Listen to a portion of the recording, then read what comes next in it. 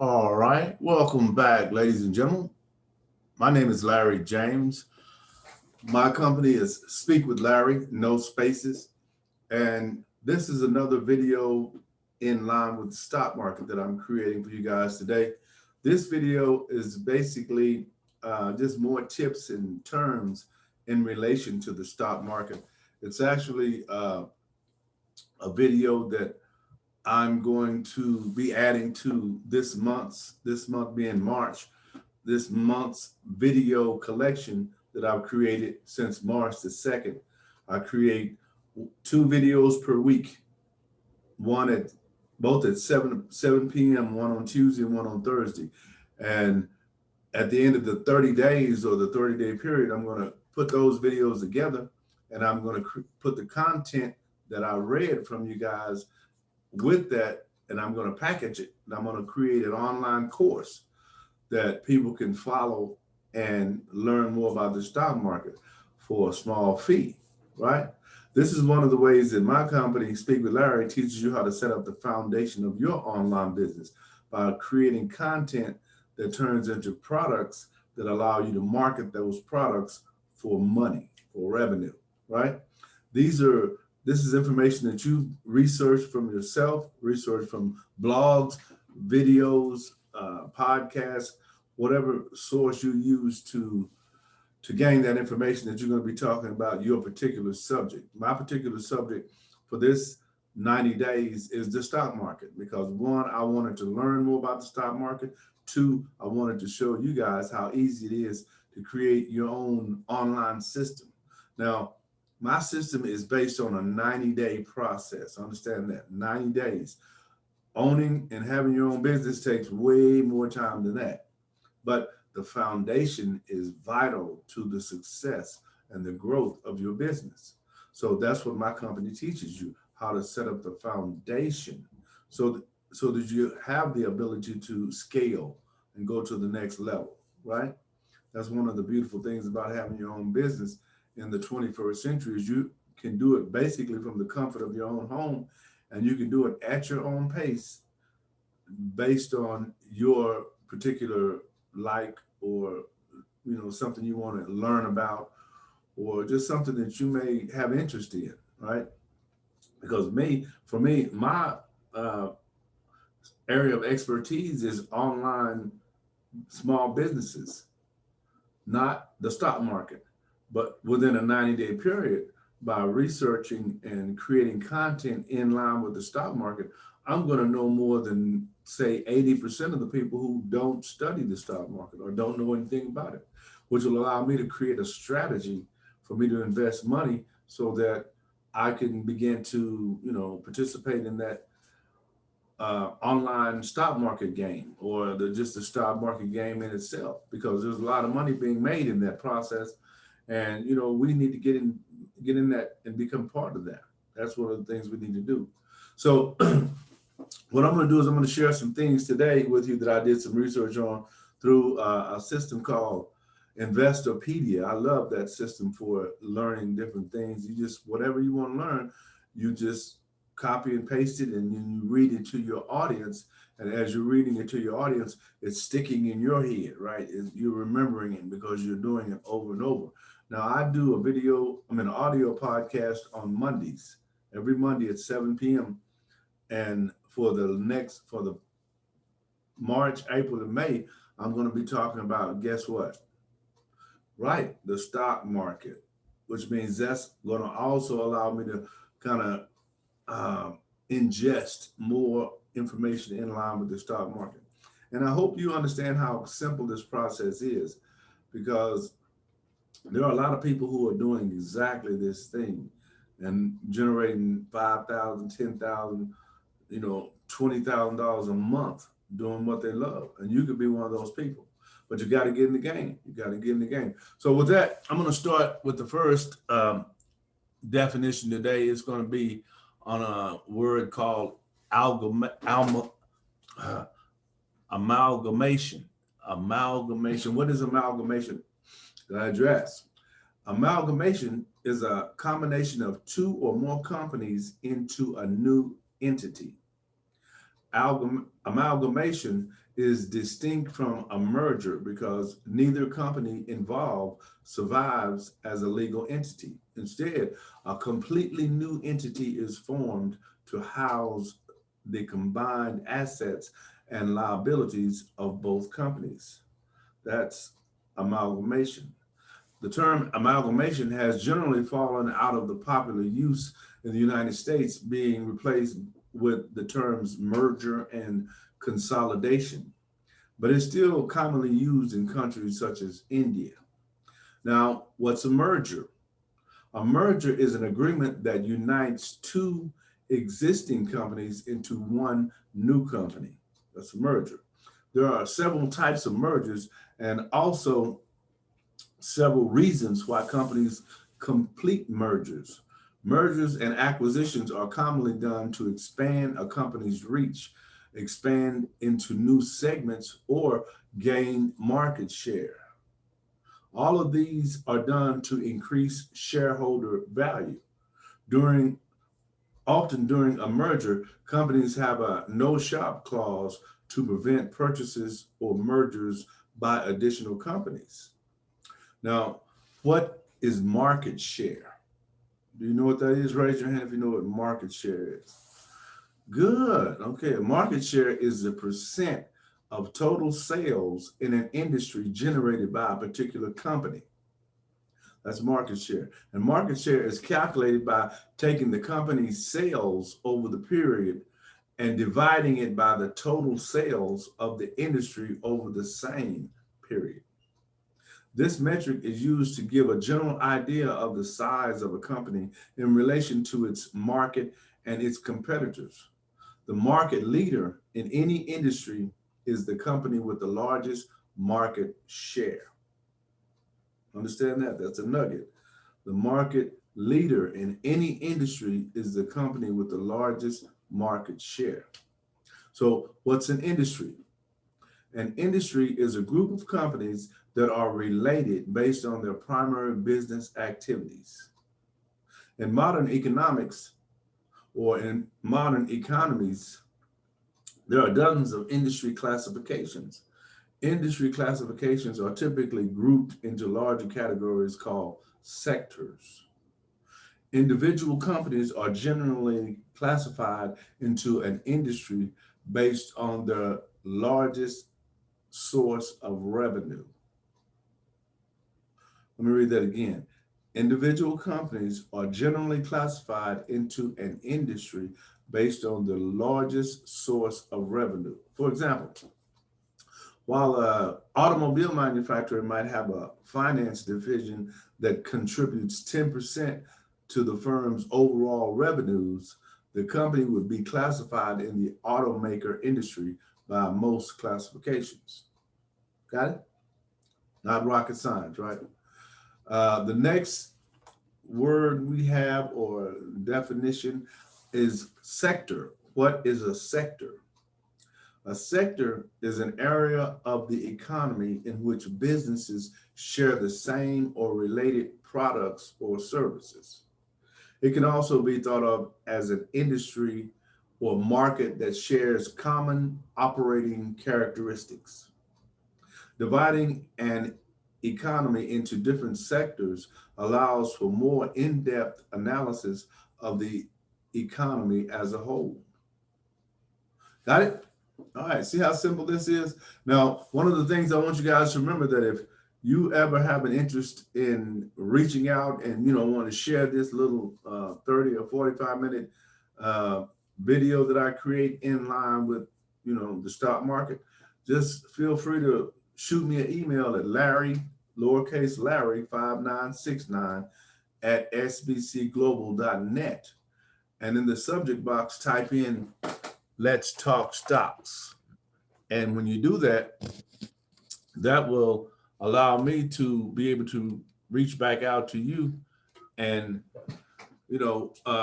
send you a link that you can log into once I start my meetings. Now, the meetings always start at 7 p.m. sharp, right? I'm pretty consistent with that. So you don't have to necessarily be there at 7, but you can, just know that it will start at 7, unless there's something, of emergency out there that, kind of pulls me away, which, I pray that doesn't happen too much. And it normally doesn't. But again, Larry, lowercase Larry, 5969 at sbcglobal.net. All right. So the next topic is, what are business activities? Business activities include any activity a business engages in for the primary purpose of making a profit. This is a general term that encompasses all the economic activities carried out by a company during the course of business. Business activities, including operating, investing, and financing activities, are ongoing and focused on creating value for shareholders. So, what's a shareholder? A shareholder, also referred to as a stockholder, is a person, company, or institution that owns at least one share of a company's stock, which is known as equity. Now, because shareholders are essentially owners of a company, they reap the benefits of a business's success. Now, these rewards come in the form of increased stock valuations or financial profits distributed as dividends. Conversely, when a company loses money, the share prices invariably drops, which can cause the shareholders to lose money or suffer declines in their portfolio values. Now, this is important. While shareholders are entitled to collect proceeds that are left over after a company liquidates its assets, creditors, bondholders, and preferred stockholders have precedence over common stockholders, who may be left with nothing at the end of the liquidation. In other words, when a company goes bankrupt, there's a hierarchy that's distributed as far as the revenue that's left. And the way that works is, at the creditors, bondholders, preferred stockholders, all those have precedence over the common stockholder. Now, what's a market leader? A market leader is a company with the largest market share in an industry that can often use its dominance to affect the competitive landscape and direction the market takes. In other words, they have power. A market leader typically enjoys the largest market share or the largest percentage of total sales in any given market. Now, it may surpass its competitors according to other metrics too, including brand loyalty, perceived value, distribution coverage, image, price, promotional spending, and profit. Such a company may be the first to develop a product or service which would allow it to set the tone for messaging, defining the ideal product's characteristic, and to become considered by the market as the brand that consumers associate with the offering itself. Got it? So, what's shareholder value? Now remember, these are all stock market terms. Some you may know, some you won't know. Some you will hear once you find yourself, in the stock market arena. You will see certain things that you'll say, hey, when I was listening to that guy, what's his name? Talking about different stock terms, I heard him say, what's shareholder value? Shareholder value is the value delivered to the equity owners of a corporation due to management's ability to increase sales, earnings, and free cash flow, which leads to an increase in dividends and capital gains for the shareholders. A company's shareholder value depends on strategic decisions made by its board of directors and senior management, including the ability to make wise investments and generate a healthy return on invested capital. If this value is created, particularly over the long term, the share price increases and the company can pay larger cash dividends to shareholders. Mergers in particular tend to cause a heavy increase in shareholder value. Shareholder value can become a hot button issue for corporations as the creation of wealth for shareholders does not always or equally translate to value for employees or customers of the corporation. Now I'm going to talk to you about a few things that to deal with the taxes once you decide to invest in stocks and create an online business or whatever you have to do to deal with that. Now I'm going to explain to you what a 1040 form is. That's an U.S. individual tax form. A 1040 is the standard Internal Revenue Services form that individual taxpayers use to file their annual income tax returns. The form contains sections that require taxpayers to disclose their taxable income for the year to determine whether additional taxes are owed or whether the filer will receive a tax refund. Now, what is a Form 1099? You've heard of that, right? If you're an entrepreneur, you're really familiar with that. While there are many types of 1099 forms, they all serve the same purpose. They are used by taxpayers to provide information to the Internal Revenue Service about all the different types of income they receive throughout the year outside of their regular salary. Now, this type of income is also referred to as income from non-employment related sources. Taxpayers need to report all their outside income to the IRS in order to avoid an audit.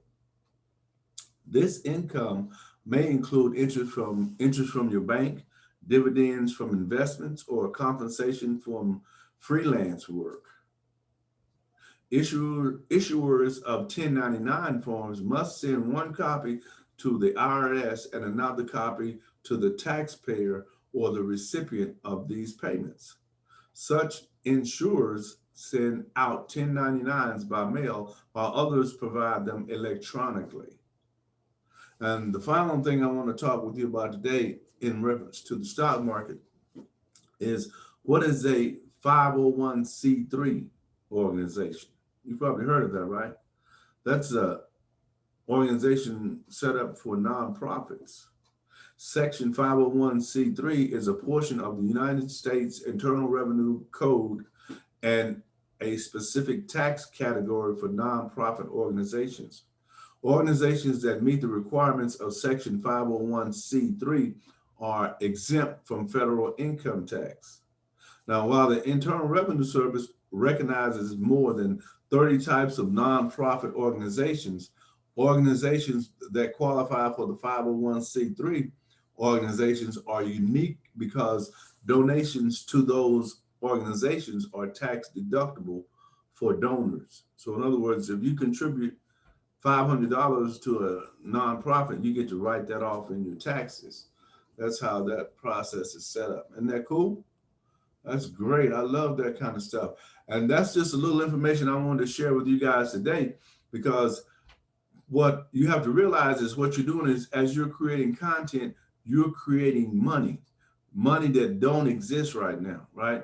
Like I was telling you, once I finish my month of March, I'm going to package that, put it in a system called teachables.com that will allow me to create an online course, and I'm going to sell that course.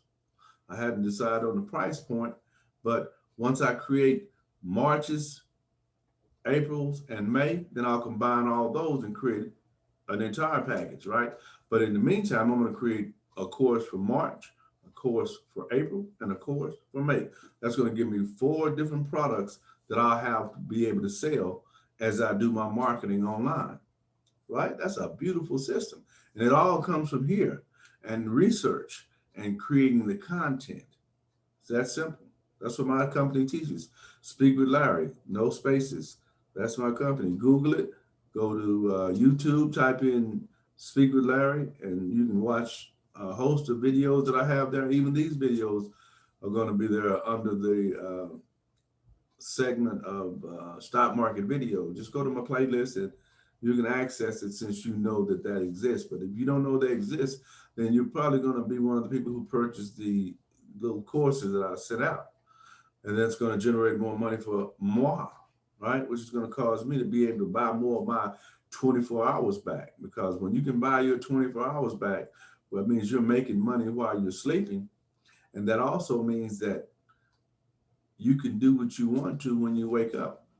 Like, just imagine waking up tomorrow and saying, what do I want to do today? Maybe I want to fly to London, or maybe I want to, go watch a race car race or whatever, whatever, basketball, Final Four, whatever you want to do, you can do that because you have your funds in place and your system is running, creating systems, right? That's what I do. And I think that's working. Anyway, I want to thank you guys again for spending 15, 20 minutes with me today. And I'll see you guys on the next video. Remember, I always like to end my videos by saying, share with someone else what I've shared with you.